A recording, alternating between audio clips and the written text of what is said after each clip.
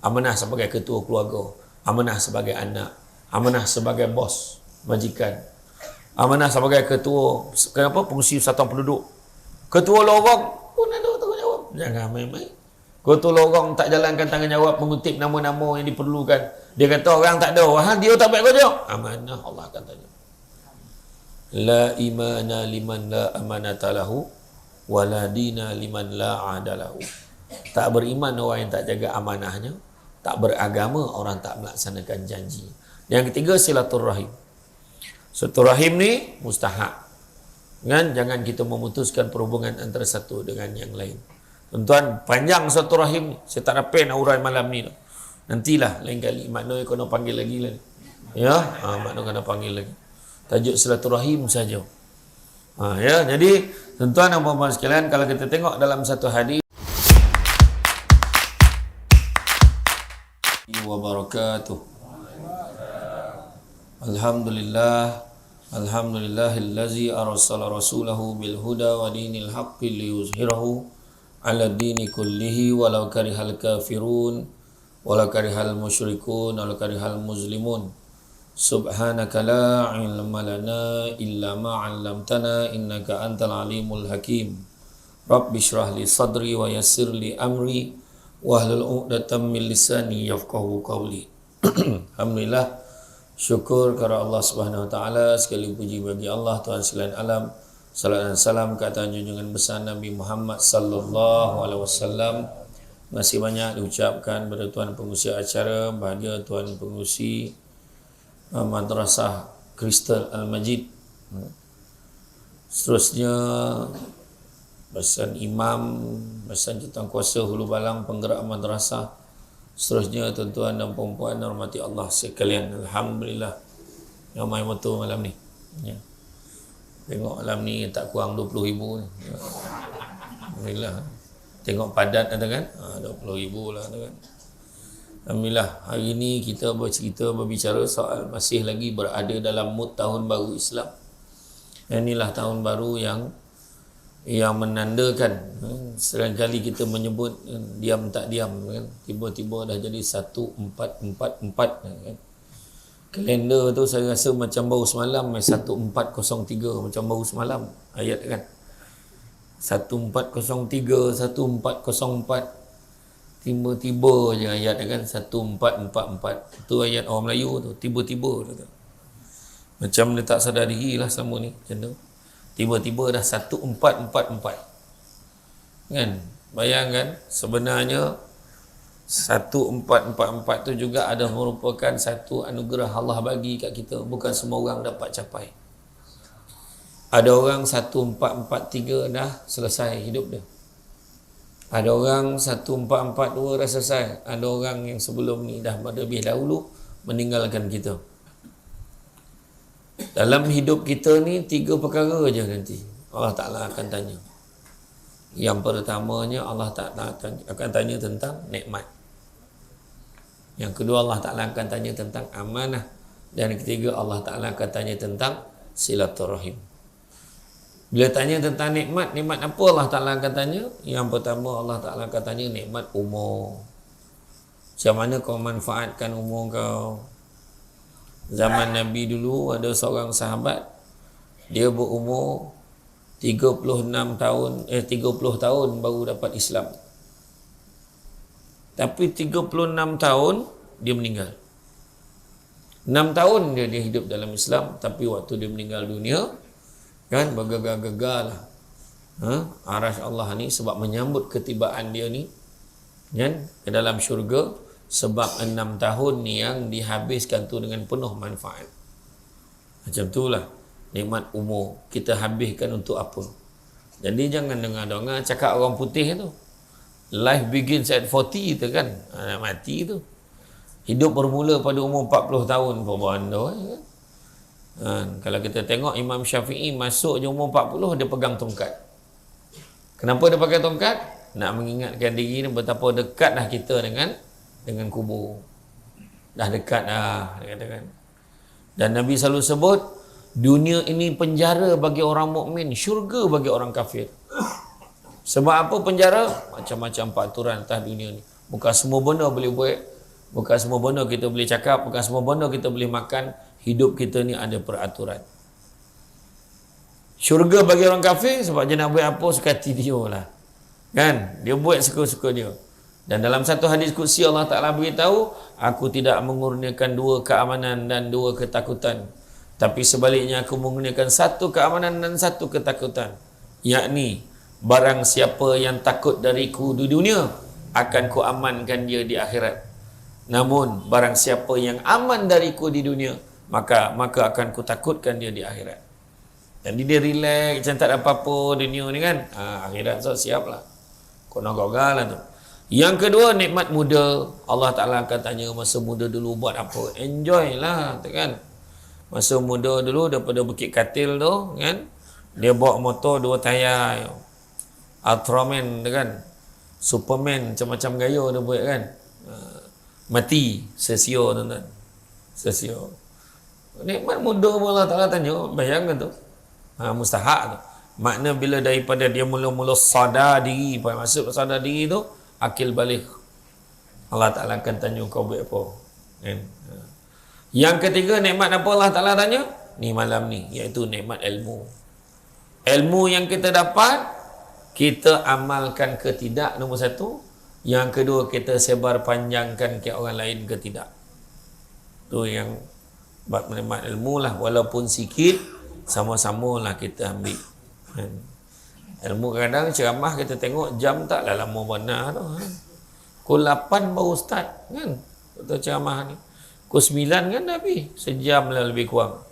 Tapi bak kata orang, kain songket benang sutera, lilit sabelit buat selempang. Ilmu yang banyak jadi cahaya, walaupun sikit menjadi torang. Jadi belajar walaupun sikit, eloklah tu. Selama kini pun kalau mak-mak ni kalau dia jumpa ustazah tu, ustazah bagilah ayat yang saya nak amal yang pendek-pendek. Yang pendek minta, tak minta yang panjang. Kan? Yang panjang tu lah barulah anda sikit. Biar dia boleh berjalan teh hari tu. Macam tu. Maksud dia tu, anda sikit lah. Naklah cuba usaha lebih sikit. Tak ada tu. Yang pendek-pendek minta. Ada tak amalan yang pendek yang senang, Ustaz? Yang bila kita baca tu jadi kaya. Nak pendek, tapi nak kaya. Salah tu. Modal tak nak banyak, sikit modal kan. Macam tu lah. Kan, dengan ceramah tak nak benar, ambil gambar lebih.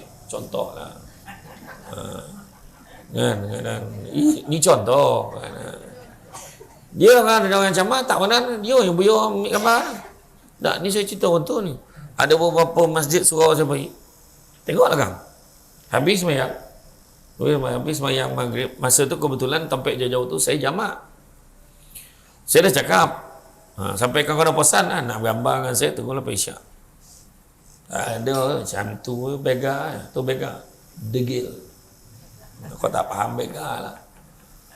Sebenarnya bega tu level atas sikit pada dogi tu. Bapak dogi macam tu lah. Kan? Bergambar ni. Yang paling saya tak tahan tu, Uji, saya pergi kat mana? Ada satu tempat lah, kat satu daerah tu. Tak nak sebut lah. Negeri mana pun tak nak sebut. Semua orang semayang ni. Saya kat luar. Kata, Ustaz ambil gambar tak? Semayang lah dulu. Semayang bila boleh? Dicakap macam tu. Semayang bila-bila boleh. Dekat tu. Saya dah terperanjat tu. Dia pun ambil gambar. Dia selfie. Tap dia ambil gambar. Dia start motor dia balik. La ilah. Depan saya tu. Ada satu tempat pula dekat utara. Perempuan 3 orang. Tua dah, bukan muda, berseret jalan. Mana tahu nak tua tu kan. Ambil gambar Ustaz. Nanti dulu Isyak. Alah kita nak balik lah. Pergilah semayang dulu. Rumah dekat Ustaz. Semayang kat rumah lah. Bayangkan tu. Dah halang-halang kau datang. Tadi maghrib pun semayang kat rumah. Isyak pun kat rumah lah. Faham tadi mungkin maghrib kat rumah. Datang bawa lah telokong. Semayang lah sekali. Tak ada tu kan. Kalau baru tu boleh bercakap lah. Tak tahulah. Baru banding kan. Jadi hari ni tu lah. Tu sebab kita cerita tentang nikmat ni. Nikmat ilmu. Dan begitu juga yang keempat Allah Ta'ala akan tanya tentang harta. Nikmat harta. Dari mana kita dapat duit? Ke mana kita belanjakan? Allah akan tanya. Ini semua adalah satu dimensi yang kita perlu hijrahkan. Tu sebab bila tengok daripada mana dapat duit, penting, mustahak, bekerja kat mana. Ke mana kita belanjakan duit kita pun Allah Ta'ala akan tanya. Jadi jangan sekali-kali guna ayat, duit aku, suka hati akulah. Tapi dia lupa, duit betul ke duit aku tu, betul ke duit aku tu, betul ke duit aku. Lalu tabung, berbunyi tu tayar tu, memang sengaja surau dengan masjid madrasah mau tabung surau tu saja tak buh minyak kat tayar tu, biar dia bunyi. Mana yang lalap terjaga, berdabah hati tu, boom, tiba dah, tiba dah, kan. Lalu dia tabung. Sekarang ni dia ada 2 kopingnya. Dia cek dalam wallet dia ada 2 lay. Satu RM5, satu RM100. Ustaz tu beritahu dalam surah Ali Imran ayat 92, Allah memberitahu, belum sempurna kebajikan seorang mukmin selagi mana dia tidak menginfakkan sebahagian daripada harta yang dicintainya. Mana yang kita cinta kita kena bagi, yang kita sayang kita kena bagi. Dalam 2 lain ni mana dia bagi? Saya sayang botol RM5 tu Ustaz tu, saya bagi RM5 tu. Segratis saya simpan, saya tak sayang mana nak kejap gaji saya kojoan. Kau nak membohong siapa? Dia RM5 dia masuk kan, dengan harga perasaan hati dia kata RM100 tu dia punya. RM5 tu tak apalah bagi ke orang. Keluar ya daripada surau madrasah, start tak boleh start motor. Minyak habis, lupa pula. Meter dah kamu rusak dah. Tolak sampai ke selesai minyak. Isi minyak RM10. Okey. Logo tinggal 90. Start motor. Tayar motor bocor pula. Lah, ada lah bengkel depan tu. Tolak sampai ke bengkel tu. Maaf, tukar tayar habis lagi RM30. RM40 selesai. Tengah-tengah tunggu tayar tu, telefon bunyi. Abang alang-alang apa tolong beli barang bang. Belilah ni topung ni, gula ni, boreh ni, apa. Habis lagi RM30. RM30 habis. Kan, pergi dekat pasar raya yang ada nombor 99 depan itu. Habis, saya tak nak sebut habis lah sebab dia tak tajuk camah kita malam ni. Contohlah. Dia pun habis RM30, tinggal RM20. Yang dia sayang benar tadi, yang dia perasan dia punya. Tinggal RM20. Barang hangkit barang, tak sompak dengan kawan dekat depan pintu. Lah kau, weh, hutang kan bila nak bayar? RM20. So habis. 100 licin semua bagi ke orang. Nampak tak? Yang dia punya mana? Yang dia punya, yang kita punya, yang dalam tabung RM5 tadi. Itu sebab kita kena ubah cara fikir kita. Kan? Kita ni nak senang, nak kaya, tapi modal tak nak kuat. Itu sebabnya kalau kita tengok kan, kalau kita tengok Nabi dah pesan kalau nak berubah hidup ni, kalau nak murah rezeki, Nabi pesan 2 amalan yang jangan tinggal. Yang pertama solat sunat 2 rakaat sebelum subuh, dan yang keduanya sedekah subuh. Jangan tinggal, insya-Allah berubah hidup kita. Solat 2 rakaat sebelum subuh, paling senang datang madrasah. Madrasah Kristal Al-Majid datang. Tapi itulah, surau ni kena usul lebih sikit lah. Madrasah ni usul lebih. Sebab saya difahamkan memang macam ni lah. Setiap kali subuh malah lempah sampai keluar. Yang saya dengar macam tu lah. Tu yang saya tak tolak ceramah hari ni. Saya dengar macam tu lah kan? Sampai kata kau nak semayang kat luar lah. Macam tu lah. Cara tu peranjat tu tak ada lah tu orang kan. Jadi mana kata datang. Datang. Kalau orang tu datang semayang subuh dekat madrasah, kat surau, kat masjid, ada harapan dia akan solat sunat 2 rakaat sebelum subuh. Itu sebabnya kalau waktu subuh tu, kalau ada jam tu, iqamat lagi berapa minit tu, waktu subuh dia akan bagi masa panjang sebelum nak semayang subuh tu. Bagi masa subuh sampai tu. Yang mana tetap orang tu je juga yang sampai waktu subuh. Kemudian sedekah subuh. Sampai kat surau, kat masjid, kat madrasah, cari tabung, masuk RM1. Itulah yang ditahankan pada dulu sampai sekarang. Mempertahankan keseringitannya. Kan? Awal bulan RM1, dapat gaji RM1, dapat bonus RM1. Dapat air citra pun RM1. Kan?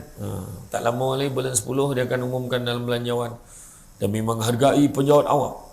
Dengan ini diberikan satu imbuhan khas kepada penjawat awam demi memberikan galakan kepada mereka mau tunai sebanyak RM500. 500. Waduh.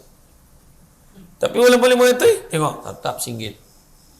Bagi RM1,000, setengah bulan gaji RM1, 3 bulan gaji RM1. Itulah dia. Kan? Upgrade. Itu dia. Ya, itu dari segi nikmat. Yang kedua, Allah Ta'ala katanya tentang amanah. Amanah kita, amanah kerja, amanah kita dalam masyarakat, amanah kita sebagai pengurusi surau. Itu tadi pengurusi surau dia tak cakap, madrasah tak cakap panjang mana. Sebab tanggungjawab. Dia saya capek, lepas siap suruh. Saya tahu silakan untuk terus menyampaikan ceramah hari ini. Macam tu lah.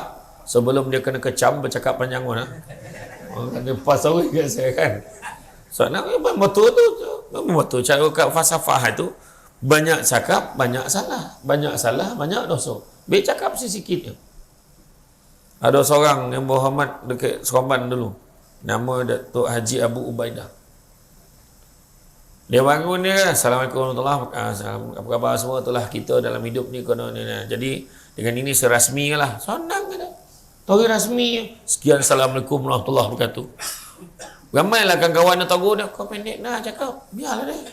Elok dan cakap sikit, cakap banyak. Banyak salah, banyak dosa. Biar dia cakap sikit. Betul juga. Yang berhormat ni perasan ni ingat cakap banyak. Orang gomah nak dengar dia bercakap. Ni pendek sudah lah. Orang suka rasmi. Orang tak suka kempen. Rasmi lah. Orang yang kau makan kau tetap kau makan kau walaupun kau cakap sikit.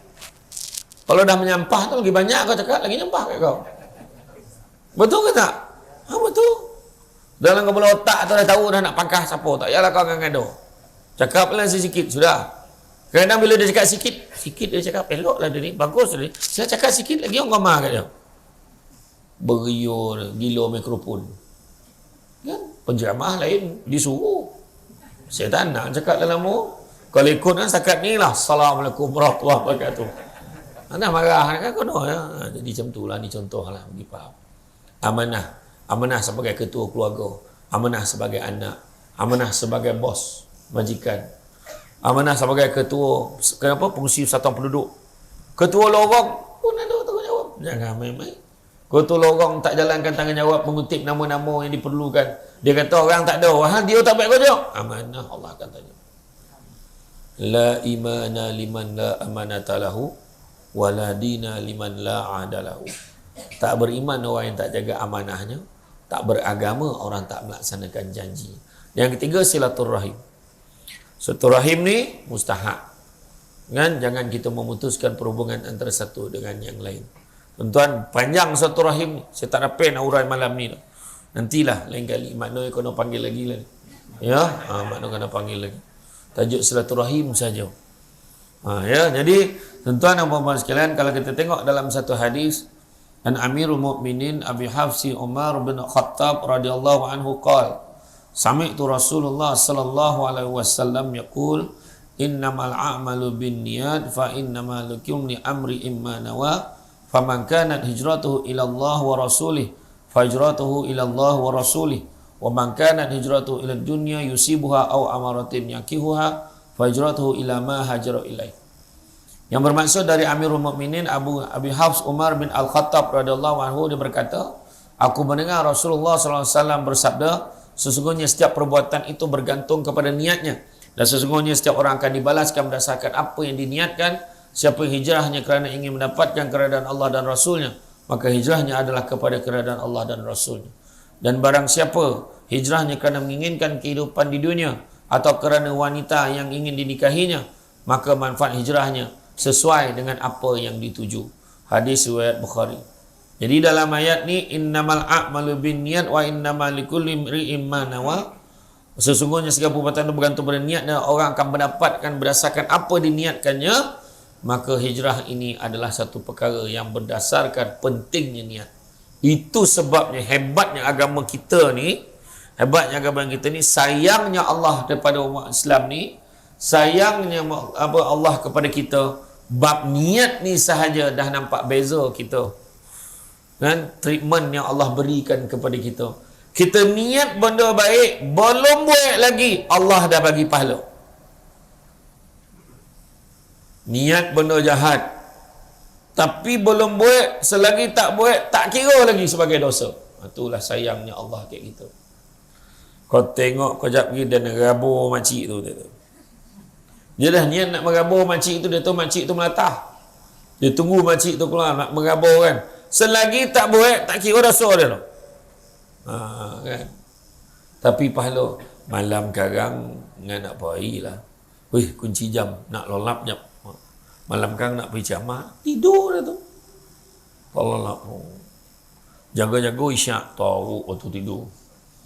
Tak sampai dia datang ceramah malam ni tu. Contoh. Ada orang tu, dia nak datang ceramah, malam ni nak pergi ceramah lah. Ya tak sama rasa. Kan? Allah Ta'ala bagi pahala tak? Bagi pahala. Sampai ke madrasah, rupa ceramah tu semalam. Salah hari kan. Tapi pahala niat dia tadi dah ada. Nampak tak? Itu kena faham lah maksud dia tu. Hebat tak hebat kan? Lain kali tengok tarikh betul-betul. Jadi pengertian hijrah ini merupakan sebahagian daripada sejarah Islam. Hijrah ni yang kita faham perpindahan pada satu tempat ke tempat lain. Kau tak faham tempat, tempat. Kalau debat ni darik betul berat kan. Daripada satu tempat ke tempat yang lain. From one location to another.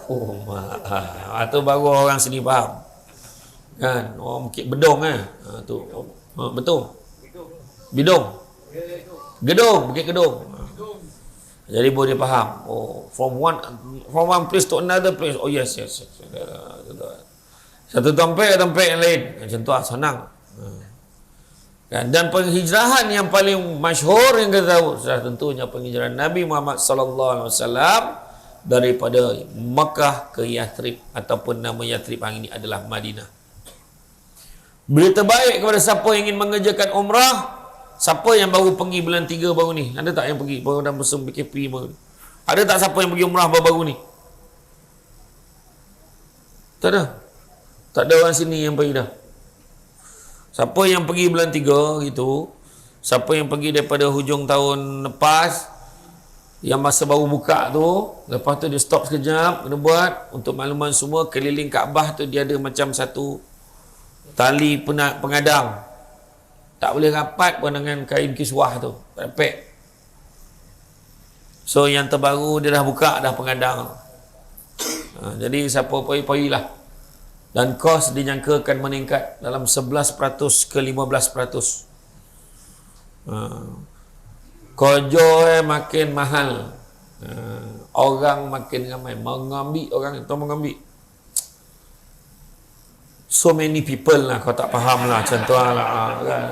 Cakap orang putih pun faham dah. Macam tu lah. Payah tu orang sini lah. Cakap orang putih pun faham. Mana ramai betul orang. Jadi peristiwa Nabi berhijrah ni sebab apa Nabi hijrah? Nabi hijrah sebab Allah suruh. Allah perintahkan. Nak begitu bila Allah suruh pindahlah. Suruh hijrah. Nabi, waktu Nabi dalam peristiwa Isra' dan Mi'raj. Kan? Daripada peristiwa Isra' dan Mi'raj, bila Nabi berhijrah satu tempat berjalan dari satu tempat ke tempat dibawa oleh Jibril. Sampai tu dia beritahu, ni Bukit Turusina, ni tempat Nabi Musa, ni Baitul Laham, tempat Nabi Isa alaihissalam. Tu nampak tu Yathrib tu. Tak lama lagi kau akan diarahkan, akan diperintahkan oleh Allah untuk berhijrah ke sana. Nabi dah tahu. Dia bukan tiba-tiba, Nabi dah donga-donga dah. Daripada Jibril, tak lama lagi Allah suruh kau berhijrah ke sana. Tak ada Nabi Sa'un Jibril, pahala kata. Makkah is my village. How come? Macam tu kan, tak ada. Dia tak ada tanya. Dia kata, yalah. Kemudian bila Allah suruh memerintahkan Nabi berhijrah, Nabi tidak, pun tidak. Itu yang kita dengar, ada orang boleh dengan semena-mena, dengan tak semena-mena menyatakan Nabi itu pelarian dalam peristiwa hijrah. Tak betul. Kenapa tak betul? Sebab yang betul, yang tepatnya Nabi berhijrah sebab Allah suruh. Ya, tak ada cerita isu pelarian ni. Kalau betul Nabi pelarian, Nabi diburu pada awal sampai ke sudah, tak. Kalau betul Nabi ni takut, Nabi lari lah daripada orang, dah tentulah Nabi tak menghadap tentera kafir Quraisy kat luar tu. Kat luar rumah dia dikelilingi oleh tentera kafir Quraisy. Boleh je Nabi bertahan kat dalam tu? Tak. Nabi kena hijrah malam tu juga kena keluar. Dan Nabi dapat dah, orang kata ilham yang Allah berikan, gerakkan pada Nabi. Nabi minta Sayyidina Ali untuk gantikan dia kat tempat tidur. Dan bila keluar ke pintu depan menghadap tentera kafir Quraisy tu. Dan tentera kafir Quraisy dah ready nak bunuh ni. Dia memandang tapi tak melihat. Wah, tu dah lebih tu. Bantuan Allah sampai. Jadi dia pandang tapi tak nampak. Nengok lah. Tak nampak apa-apa. Kami tak nampak apa-apa pergerakan, tuan. Macam tu lah laporan dia pada ketua batalion tu. Ya. Kami tak nampak apa-apa, tuan. Tak nampak. Nabi keluar, Nabi siap menghadap tentera kafir Quraisy tu buat cenia-cenia pun tak nampak. Ambil pasir, tabur ke kepala tu. Sap, lalu tak ada berubah. Sambil Nabi baca, waja'alna min baini aidihim saddan wa min khalfihim saddan fa'ashaynahum fahum la yubsirun. Kan, kalau di banner tembok di hadapan mereka, di dalam tembok di belakang mereka, apakah tidak mereka tidak dapat melihat? Tu tapi tengok. Ada ustaz tu cakap baca ayat ni kalau nak elak speed trap. Masuk ya highway baca. Kono juga ustaz. Maknanya polis tu dah baca dulu sebelum kita. Kau jangan ingat polis tak mengaji tau. Polis pun mengaji kali. Polis pun mengaji. Tu yang dia nampak kita tak nampak dia. Kan. Jadi yang dia orang tuduh tu sebab Nabi menyuruh kat Gua Sur. Nabi menyuruh kat Gua Sur bersembunyi di Gua Sur sebab salah satu langkah strategi sebelum memulakan langkah seterusnya. Kalau orang lari, mana kita nak menyuruh ni, mana tak menyuruh ni, cari topik. Bolehlah sini, bolehlah. Tapi Nabi bukan macam tu. Nabi memang terus tuju ke Gua Sur. Sebagai bukti benda tu memang dah disusun, saya nak tanya satu soalan. Zaman tu handphone dah ada ke belum? Belum. Adakah Sayyidina Abu Bakar telefon anak dia Sayyidatina Asma? Asma, kau hantar makanan, lapar pula abah dengan Rasulullah ni, tolong hantar. Atas sikit, atas kanan-kanan sikit, Gua Sur. Kau nampak sembot tu, kau masuk dalam tu. Tak ada. Anaknya tahu dah mana nak hantar makanan ni. Maknanya strategi. Nak begitu pengajaran yang pertama, nak berubah, kena ada strategi. Bukan main belasah, dia nak jadi baik lah. Tapi macam mana kau nak buat ni? Entahlah, janji baik. Nah, macam tu lah. Kena ada strategi. Tahu tak Sayyidatina Asma masa menghantar makanan, pada ketika itu apa keadaan dia? Fizikal Sayyidatina Asma tu macam mana? Sayyidatina Asma, siapa yang pernah pergi Makkah, pergi Madinah, pergi umrah, pergi haji kan, dia tahu kan Gua Sur tu tangga macam mana kan? Tinggi tak tinggi? Tinggi. Masuk zaman Nabi mana ada datang tangga, tak ada. Tak ada denai anak tangga tu, tak ada. Dan Sayyidatina Asma menghantar makanan kepada ayahandanya dan juga Rasulullah dengan tahap diri dia syarat mengandung 9 bulan. Perjuangan dia. Kita ni 9 bulan dah mana lah. Oh, tak tahu dah. Aduh, dorehlah keluar budak ni. Dia siap masak, mendaki bukit hantar makanan. Tu dah. Orang perempuan mana yang mengandung ni saya pesan. Salah satu tips nak senang mengandung. Jangan membuta lepas hasar. Balik kojo tidur. Sampai maghrib dengan tidur. Jangan susah beranak nanti. Saya ni nampak muda tapi tua dengan petua. Macam orang tua dia bercerabi kita kan. Macam membuta. Tengok drama buntang lah mata tu. Drama aku 7. Melur untuk Firdaus. Kan. Risik pada hati tu kan. Macam tu lah. Tengok ada risik pada hati dengan tahap dia marah orang kahwin 2. Tengok tu. Tengok kan main ni belajar tidak. Macam tu kan. Itulah.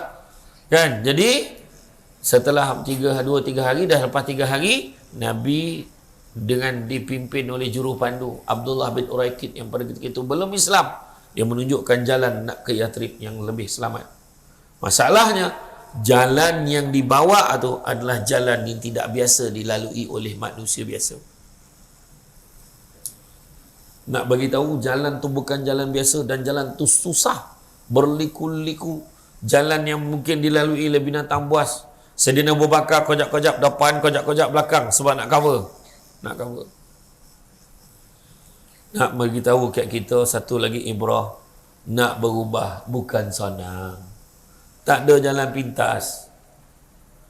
Boleh je Nabi baru je selesai Isra dan Mi'raj. Kalau Nabi nak selamat boleh. Ya Allah, kau hantarlah buruk seekor.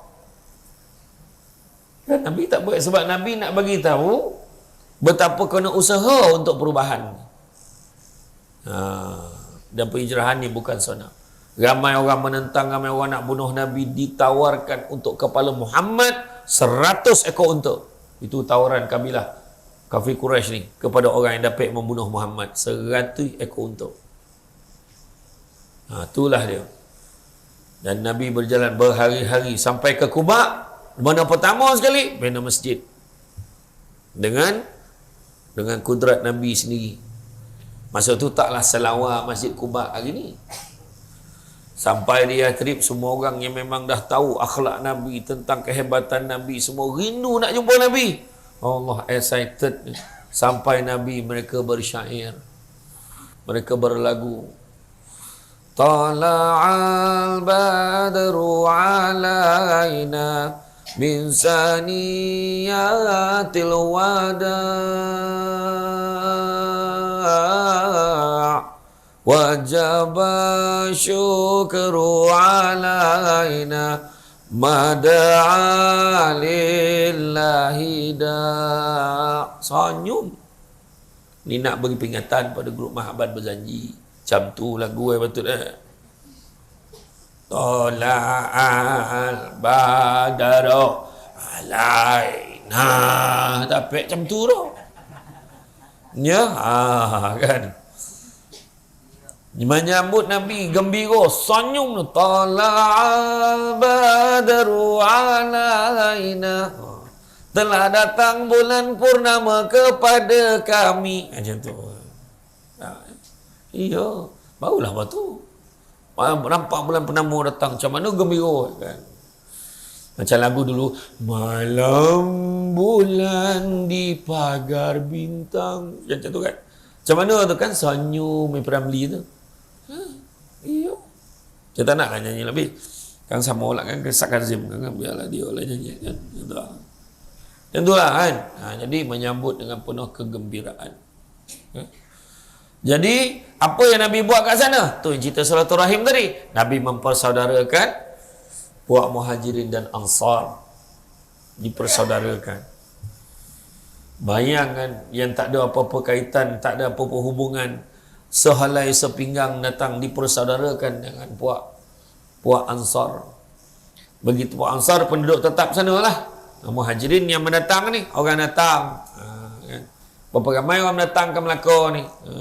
Dia Muhajirin tu. Puak Ansar ni orang Gedung.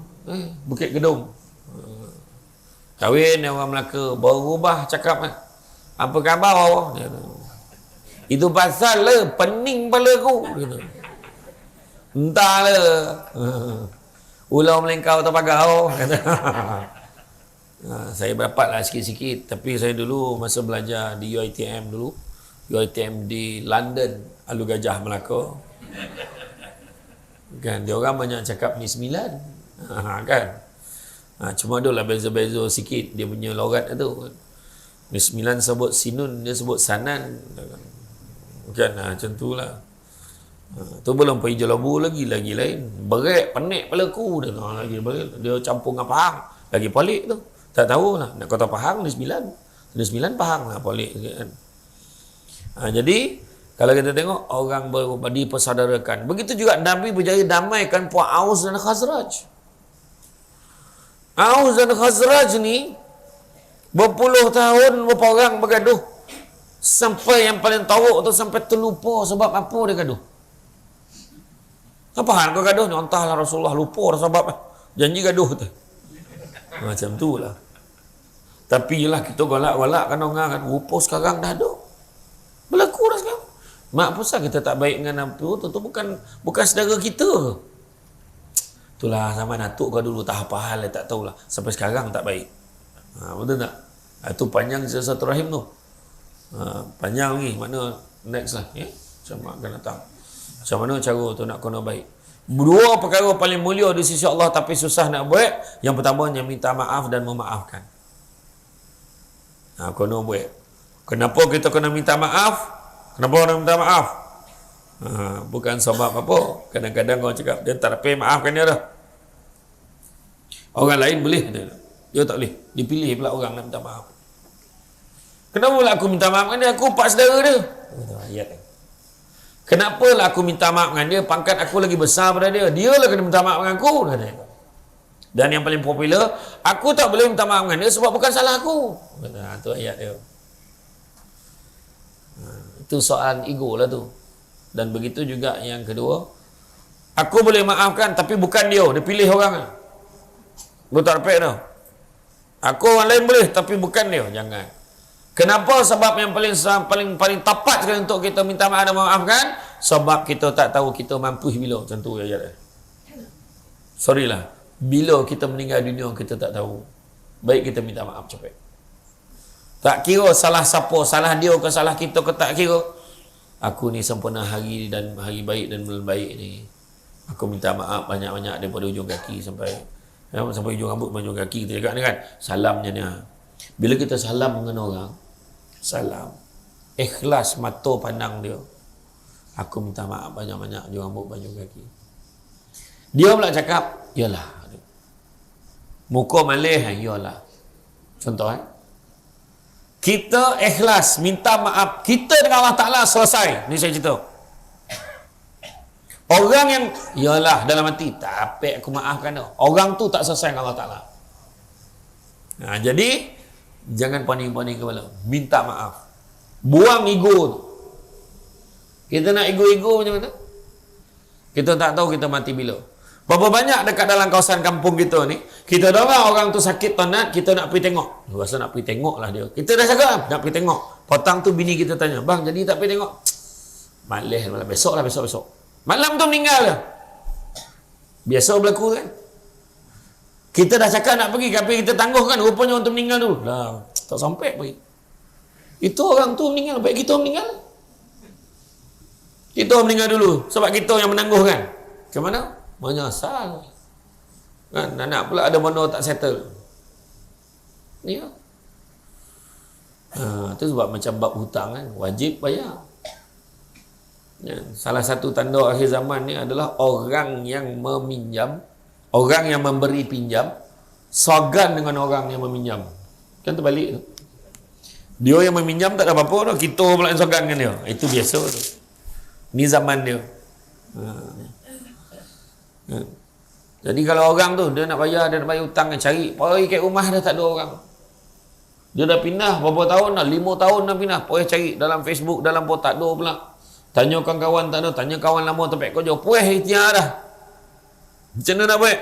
Salah satu cara yang disarankan adalah sedekahlah atas nama dia ikut kadar yang kita hutang. Itu usaha kita. Kita dah cuba dah. Pergi kat rumah anak yatim. Dengan ini saya sedekahkan RM5,000. Dan saya niatkan atas nama orang. Dia pun bagi. Logo. Keluar kat pintu pagar, tersompak kawan. Lah hidup le kau. Aku baru bagi RM5,000 ke dalam. Tak ada, dia nak ya. Nak bagi. Janganlah minta balik ke dalam tu. Tak jadi sedekah dalam ni. Ada oleh orang kan. Hebat ni ada. Itu contohlah nak bagi faham kan. Jadi hijrah tu itulah dia. Itu hijrah Nabi. Tapi kita ni macam mana? Nabi sebut tidak ada lagi penghijrahan selepas Fathu Makkah. Nabi kata. Tak ada lagi dah hijrah selepas itu. Yang ada, Nabi kata, niat dan jihad. maknanya niat pun susah dah. Mana berhijrah fizikal ni tak ada lah. Yang ada cuma niat dan jihad. Bukan kata kita tak boleh berpindah dah, tak boleh berhijrah satu tempat ke tempat lain dah, tapi maknanya niat tu penting. Contohlah, saya sebut tadi macam mana bila Nabi diperintahkan hijrah oleh Allah Ta'ala, Nabi tak ada, oh tidak, nanti dulu ya Allah orang nak bunuh aku apa, nanti dulu minggu depan ke tahun depan, tak ada. Nabi tak menyahut, tahu pergi sebab Allah suruh. Kita kalau dapat surat pindah kojor lah, mohon penangguhan selama sebulan kerana masih ada kerja-kerja yang belum diselesaikan. Contoh tu ayat ni lah. Kemudian tu apa? Dalam tempoh 4 minggu tu jumpa YB yang berkaitan untuk sokongan supaya uruskan supaya jangan pindah. Nah, tu ada akal lah tu. Nampak kan? Itu ceritanya bukan perpindahan tu yang susah tu. Niat dia nak berubah tu tak boleh. Dia tak nak ubah angin. Dia tak nak tukar tompek. Oh, tak dapat tu. Dia dah selesa situ. Kawan-kawan dah ramai. Dia gemar pada keadaan yang selesa. Itulah sebenarnya niat yang susah kita nak ubah. Contoh, dah biasa isap rokok. Contoh. Kan dah berubah mukul. Dah biasa isap rokok, suruh tukar niat ya. Niat aku lepas ni tak nak rokok lagi dah. Tak payah. Sambutlah macam mana pun. Ini sebenarnya perbezaan pandangan dia. Tak ada. Ustaz itu cakap, ustaz tu pun isap rokok. Apa halak ada kan? Dia tetap nak menghujahkan. Nak berubah memang tidak. Kau tukar, kau berubah lah. Orang dah siap subuh. Tak dapat. Nak azan dulu kau? Azan dulu. Kau tahu ya? Tahu ya. Kotak rokok tu dia letak gambar jantung terbakar. Limpah hangui.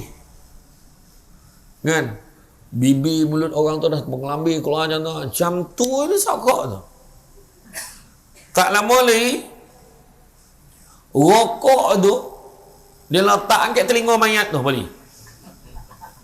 Rokok 3 batang, tak angkat mayat tu ambil. Macam tu dia balik tu. Jadi nasihat saya, tak kisahlah rang undang-undang apa benda yang bergaduh YB pasal rokok tu kan.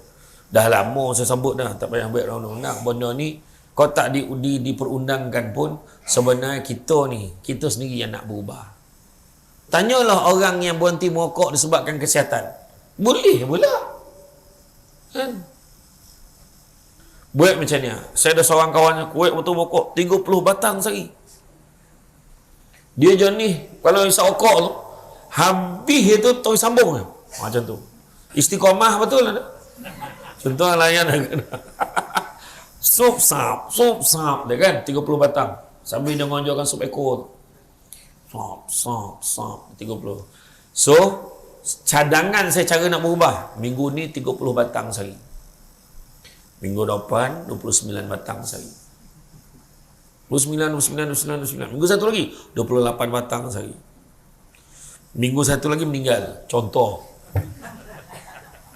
kalau meninggal dunia, mudah-mudahan Allah ni kan maha mengetahui, dia meninggal dengan tahap sedang berusaha nak berhenti merokok. Tu sebab saya nasihatkan, kita tak tahu kita mati bila. Mati dengan rokok pegangnya, mati je ni kau kan, pegang rokok, putus rokok, menyalur ke rokok. Parah betul kan. Tu dia. Jadi berubah niat. Dia kata yang ada cuma niat dan jihad. Mana niat tu susah, dan perjuangan untuk melaksanakan apa yang kita niatkan pun susah. Apakah penghijrahan yang dibuat? Maknanya buruk pada baik, baik pada lebih baik, lebih baik kepada lebih-lebih baik. Kita ada ruang untuk berubah. Dulu tak semayang, sekarang semayang. Dulu semayang tapi lambek, sekarang semayang awal waktu. Dulu semayang awal waktu tapi semayang seorang-seorang, sekarang semayang berjemaah. Dulu semayang berjemaah tapi lepas bagi salam berkecapui balik. Tu tak berkecapui. Berkecapui ni laju betul. Kalau orang Melaka sebut berdesup. Ataupun yang lagi laju sekali tu menculin. Tu laju betul. Tu kena belajar tambahan kosakata Negeri Sembilan. Menculin sahlah, mancal linap tu laju, tapi menculin paling laju. Ya. Kan. Very fast lah. Macam tu kan. Jadi makna berubah ni, lepas tu daripada dia dah semayang tu, lepas mencelinap balik itu, dia akan tunggu pula. Dia zikir sama-sama sampailah dia doa. Dulu dah semayang dah tunggu sampai doa, tapi tak semayang sunat. Lepas ni siap semayang sunat. Qabliyah ba'diyah pun dia buat. Dulu tu lepas maghrib tu balik. Tak, lepas maghrib dia tunggu, dia mengaji dalam satu muka, dia tunggulah waktu isyak. Allahu Akbar. Hebat. Banyak lagi boleh berubah. Dulu semayang, qajab jemaah, qajab seorang, qajab jemaah, qajab seorang. Lepas ni kita cuba istiqamah untuk semayang berjemaah. Kat rumah pun berjemaah. Kat mana-mana pergi, jumlah kita berjemaah. Macam tu. Tak tahu belajar. Kan, jangan terabur-abur kena belajar. Kena macam kisah besan dengan besan berjumpa. Lama waktu tak jumpa, kau san, kau sehat kau? Samia lah, sehat on tua. Buat. Sekali Allahu Akbar. Ui, dah azan lah, maghrib lah. Jom kita semayang sesama. Melah. Aku dah ambil wuduk dah. Aku belum ni, kau semayang lu. Kau jap lagi aku join kau. Besan dia pun semayang. Habis rakaat pertama, dia naik rakaat kedua, dia pun masuk rakaat kedua. Allahu Akbar. Oh, dia ikut aku dah. Sampai habis rakaat kedua, naik rakaat ketiga. Habis rakaat ketiga, dia bagi salam. Assalamualaikum warahmatullahi. Assalamualaikum warahmatullahi. Besan dia tadi yang masuk rakaat kedua, dia pun bagi salam. Assalamualaikum warahmatullahi. Assalamualaikum warahmatullahi. Dia pun tanya, bukan kau ada satu rakaat lagi ke? Dan tu malih dengan semayangkan kau tu. Satu rakaat pun nak kira. Tu masalah. Bukan dan kira. Allah Ta'ala kira tu. Kau tak cukup tinggal maghrib kau. Macam tu lah.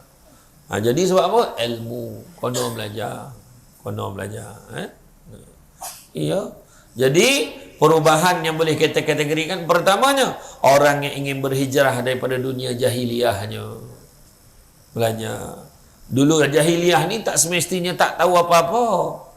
Termasuk jugalah jahiliyah ni daripada tak tahu mengaji. Mengaji pun tak tahu, bukan tahu mengaji. Dia baca Fatihah, baca Rumi. Itulah yang berlaku pada Allah yarham Haji Azmil Mustafa dulu. Sebelum dia berubah, dia berhijrah. Dia kata dia malu. Dia dapat hidayah kat mana? Dia dapat petunjuk menggerakkan hati mana? Waktu dia nak pergi pesta filem, perfilman di USA, United States of America. Sampai kat sana dia dah janji dengan kawan dia, tapi dia datang sehari awal, tak tahu mana nak tidur.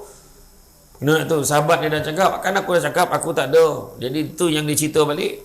Jadi dia pun naik taksi tu, orang Pakistan yang dapat taksi tu, "Ayo Muslim?" Biasa. Dia pun bawa pergi tidur dekat masjid. Dekat situlah dia nampak suara. Dia dengar orang mengaji. Dia tengok orang semayang. Dia menangis. Dia pun baca Fatihah selama ni, baca Rumi. Dia keluar duit simpanannya. Tak kurang 1 juta lebih. Untuk berbelanja, untuk menampung, membiayai pengajian yang pergi ke Yaman. Pergi belajar balik agama. Belajar mengaji balik. Belajar semua. Belajar. Kan sepanjang hayat dia tu, sampaikan dia duduk kat kursi roda dah macam ni dah uzur dah, masih pergi mengajar. Haji Azmil Mustafa. Dia ceramah kat Terengganu, penceramah malam ini kat banner tu, Ali Setan.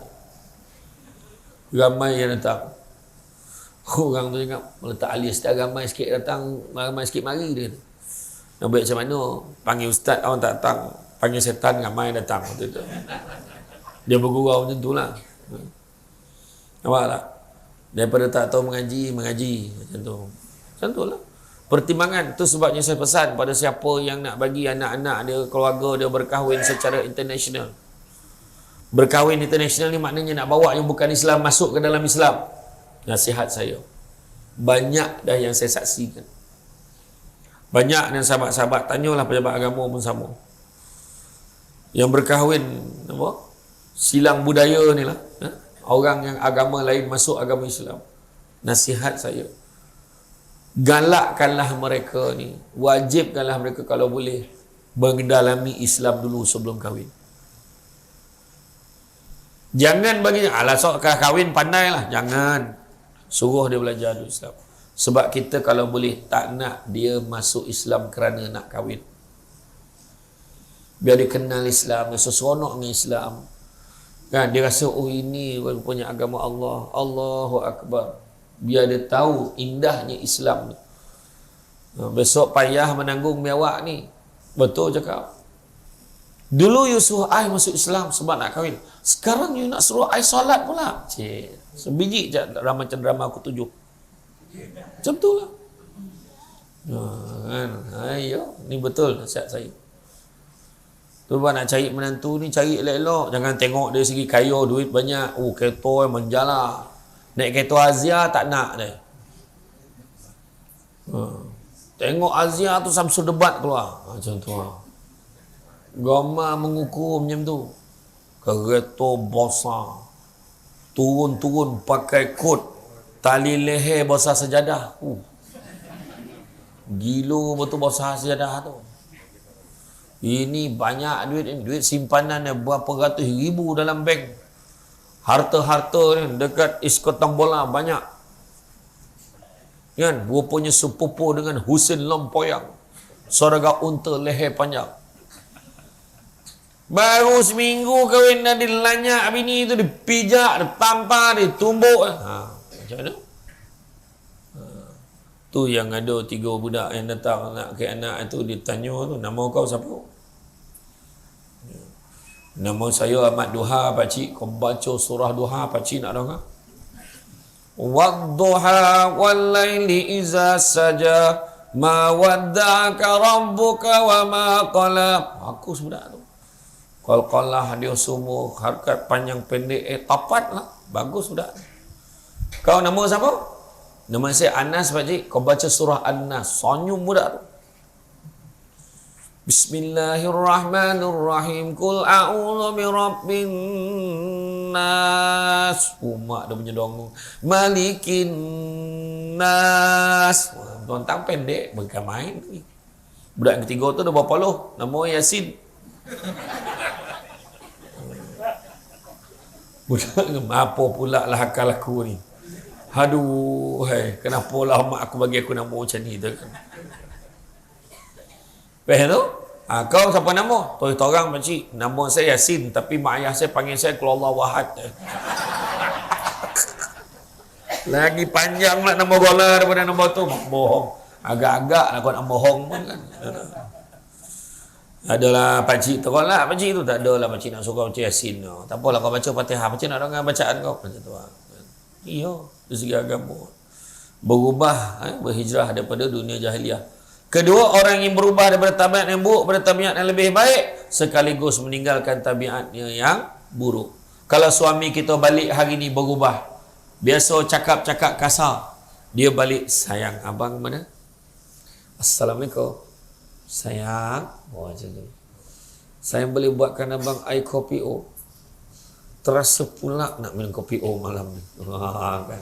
Apa ayat kita? Kamu buat? Apa dia? Ada.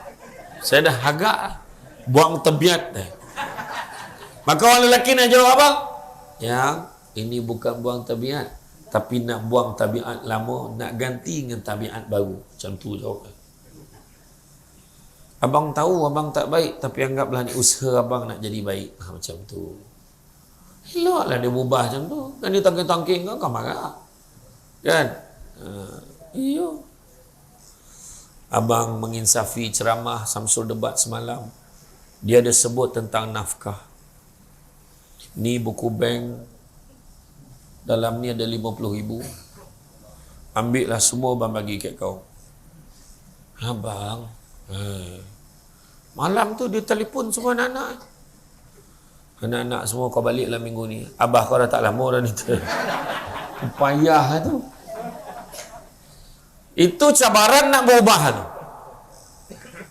Orang berubah mulalah kan. Bermesra-mesra lah dengan isteri. Malam tu Chania dia pegang ni. Nak mampu yang tua ni kata. Jangan macam itu. Kan? Kemudian orang yang ingin menjadikan rutin hariannya produktif tanpa sesaat pun mensia-siakan masanya di dunia.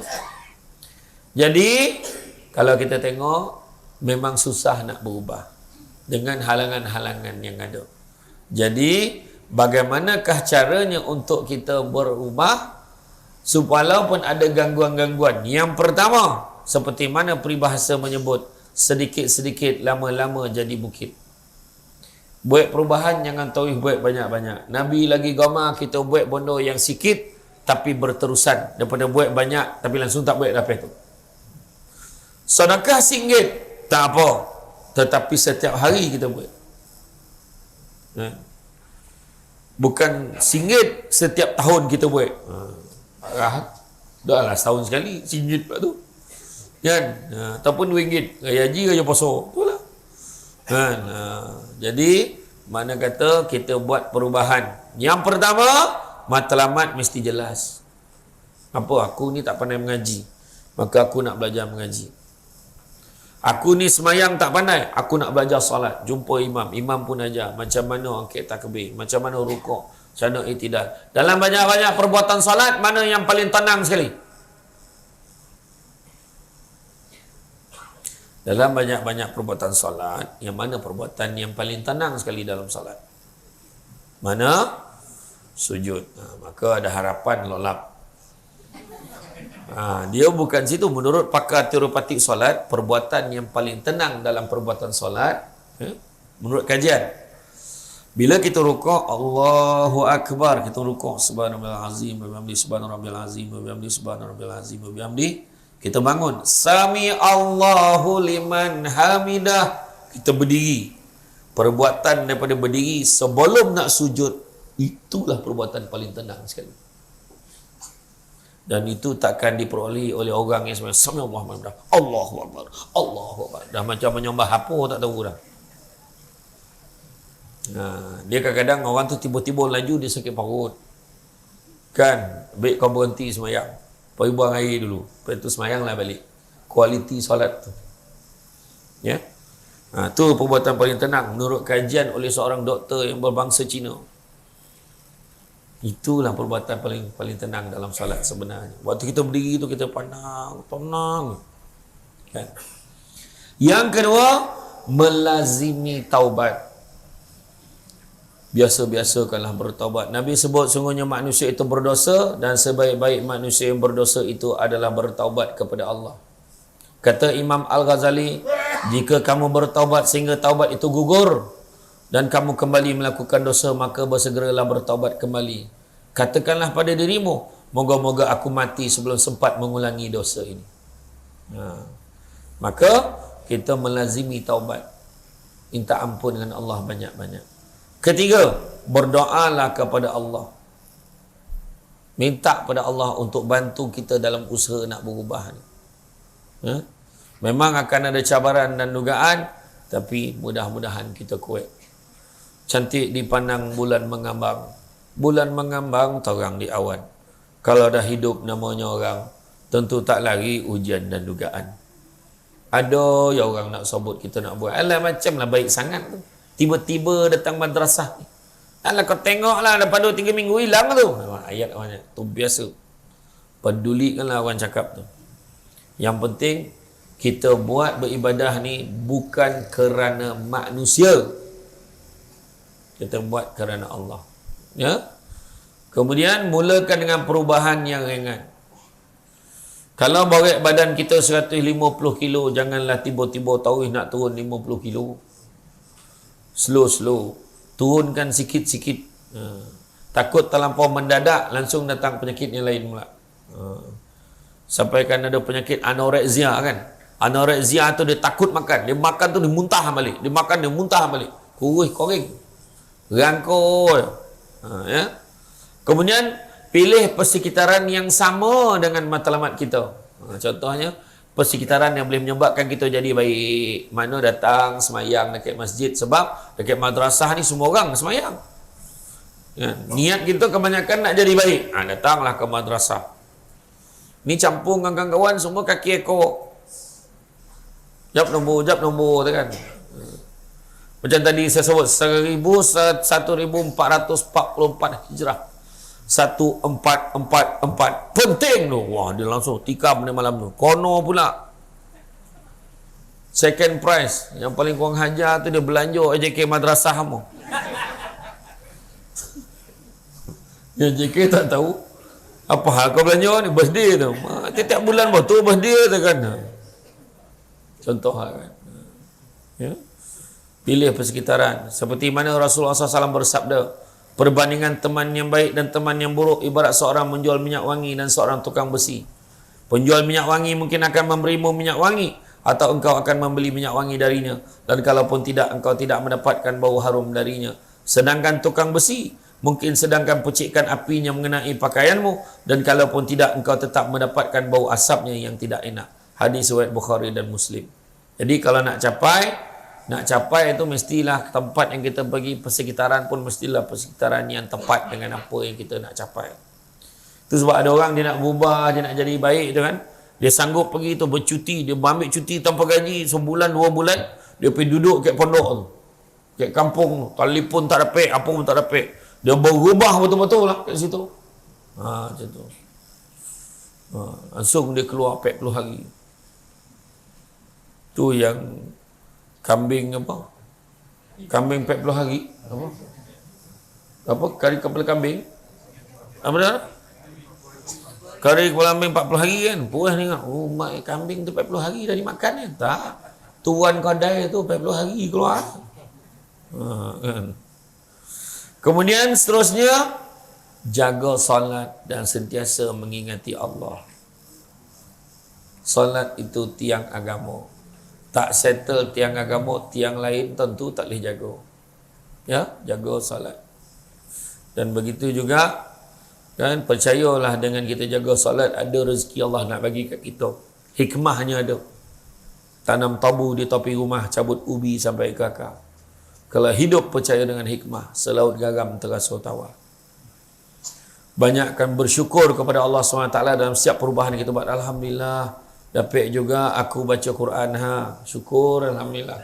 Sebelum ni tak reti baca. Lepas ni dah reti baca, nak tahu lah belajar hukum.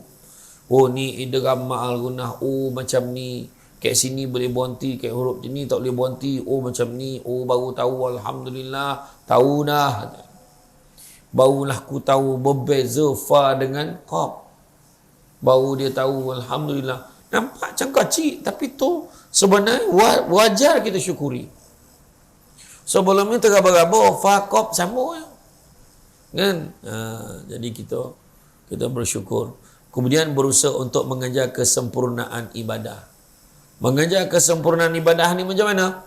Ada 4 perkara kalau nak mencapai kesempurnaan ibadah. Yang pertama, mestilah dengan ilmu. Mesti dengan ilmu. Tak boleh kita main belasah tu. Dalam kita beribadah, kena belajar. Tanya. Tak tahu, tanya. Yang ni macam mana? Okay, takbir macam mana? Rukuk macam mana? Bacaan macam mana? Okey, cuba baca. Cik Imam dengar. Bismillahirrahmanirrahim. Betul-betul bismillah ni. Bismillahirrahmanirrahim. Salah. Imam membetulkan. Bismillahirrahmanirrahim. Bagus.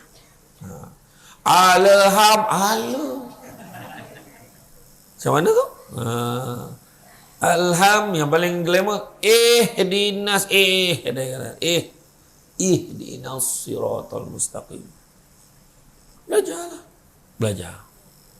Kan? Jangan malu. Saya malu lah Ustaz, dah tua pun nak belajar. Eloklah tua belajar. Mati langsung tak boleh belajar. Kan? Ada orang tu dah tua-tua pun tak nak belajar lagi dah. Tak nak belajar. Dah pandai dah. Kan? Ada satu hamba Allah ni, pencen ketua pengarah di Putrajaya. Jumpa dengan imam satu kampung ni, nak belajar solat. Rupanya selama ni tak tahu solat. Ada yang cakap, dah tua pun nak belajar. Tak. Jangan-jangan dia yang tua pun belajar lagi elok solat daripada orang yang perasan solat elok. Tengoklah orang angkat takbir, macam mana Rahman yang angkat takbir, macam-macam. Ada yang macam ni, Allah. Ada yang macam Allah. Oh, dia guru silat. Kan? Ini dalam tolokong. Macam ya mana tu, cecenia aku dah tahu. Kan? Ada orang cakap, ada yang belajar makin angkat takbir tu, ibu jari ni kono kek cuping telinga. Allah. Kawan tu memang siapa orang cuping tak ada. Macam mana dia nak semayang ni, cuping tak ada. Dah huara kawan dah kelabu. Entah tak tahu dah no. Kan? Macam mana? Benda tu nampak simple. Tapi kalau contoh benda tu lah kita didikkan anak kita, kita terapkan anak-anak kita, mangalih pahala tu. Yang kita ajar. Mak yang bila kita baca tahiyat tu kan, waktu bila nak angkat jari tu, mak marin belajar dengan ustazah mak tu. Asyhadu alla ilaha il tu naik. Illallah. Tapi mak kan, masa semayang kat madrasah tadi kan, ada pakcik tu. Cik ni jari mak. Macam mana kau tanyalah pakcik dia terapik, mak jawab dah tu kan. Macam iya. Tengoklah orang semayang. Ada orang tu, Allah. Kena tarik belakang tu. Baru sampai depan. Dia lah semayang itu nak cepat. Allah Akbar. Lala, lupa tarik belakang. Balik semula. Parah tu kan. Orang sebelah tu yang haru. Kan? Jadi, mana kita belajar. Jangan malu. Jangan malu untuk belajar. Malu bertanya, sesat, barik. Tak ada sesat jalan dah, sesat barik. Sekarang ni dah ada Waze, ada map. Tak apa. Tak payah tanya dah. Tapi malu bertanya memang sesat barat lah dalam hidup kita ni. Ya? Sesuaikanlah diri kita ni. Belajar. Kek sini macam mana? Kek situ macam mana? Ni baca macam mana? Subuh macam mana? Zuhur macam mana? Asar macam mana? Bak kata orang. Kan? Di kandang kambing kita, di kandang rimau kita, tak banyak pengaum benda mengucap. Ingat rimau tak kena kau siapa? Kek kandang kambing boleh kau mbek kan? Kek kandang rimau au merono kan. Kek kandang rimau tu asyhadu alla ilaha illallah. Berhenti mau tu mengucap orang ni macam tu lah. Confident dia mengaum. Ngap kepala habis. Jadi tuan-tuan dan puan-puan sekalian, itulah ya yang dapat saya kongsikan pada malam ini. Yang penting berubah. Jangan tunggu lagi. Jangan kita menunda-nunda taubat. Jangan terpedaya dengan muda sebab mati tak syarat tua. Jangan terpedaya dengan sihat sebab mati tak syarat sakit. Bila di awal tadi kita menyebut tiba-tiba je dah berubah tahun hijrah, maka tu tandanya kita dah hampir dengan kematian. Tuh orang cakap, tak payahlah nak sabut cepat sungguh masa berlalu. Tak ada, tak payahlah. Memang nak mati mana ada tu. Macam tu boleh. Ya. Jangan terpedaya dengan muda sebab mati tak syarat tua. Jangan terpedaya dengan sihat sebab mati tak syarat sakit. Jadi cepat-cepat nak berubah. Jangan tunda-tunda lagi dah. Kita tak tahu. Ya? Waktu kita bila Nabi sebut manusia yang paling cerdik adalah manusia yang sedar dia akan mati dan bersedia dengan kematiannya. Dan kita datang malam ni, kita nak kerja manfaat akhirat, bukannya dunia. Kan? Nak kerja manfaat akhirat. Dalam surah Asy-Syura ayat 20 Allah beritahu, barang siapa yang mengejar keberuntungan akhirat, nescaya kami akan tambahkan keberuntungannya itu. Maknanya dunia pun dapat. Namun barang siapa yang mengejar keberuntungan dunia, nescaya kami akan berikan sebahagian saja pada keuntungan dunia itu dan takkan ada satu bahagian pun untuknya di akhirat kelak. Jadi, mana nak? Kerja akhirat, dunia pun dapat. Tapi kalau kerja dunia, dia pek sikit, akhirat langsung tak dapat apa. Baik kita kerja akhirat. Baiklah tuan-tuan dan puan-puan, itu saja daripada saya. Saya ucap terima kasih banyak. Saya faham signal-signal dia berikan tu, saya faham. Kalau bergalih-galih tempat duduk tu, maknanya betul lah tu. Kan? Dah tak tahan lah tu kan. Jadi, apa-apa pun, bak kata orang, sepandai-pandai tupai melompat, akhirnya jatuh ke tanah jua. Walaupun perkongsian sudah tamat, mudah-mudahan merasap ke dalam jiwa. Budak-budak membuat galah nak menjolok buah berangan. Kalau ada silap dan salah, dikata tidak, dicaci jangan.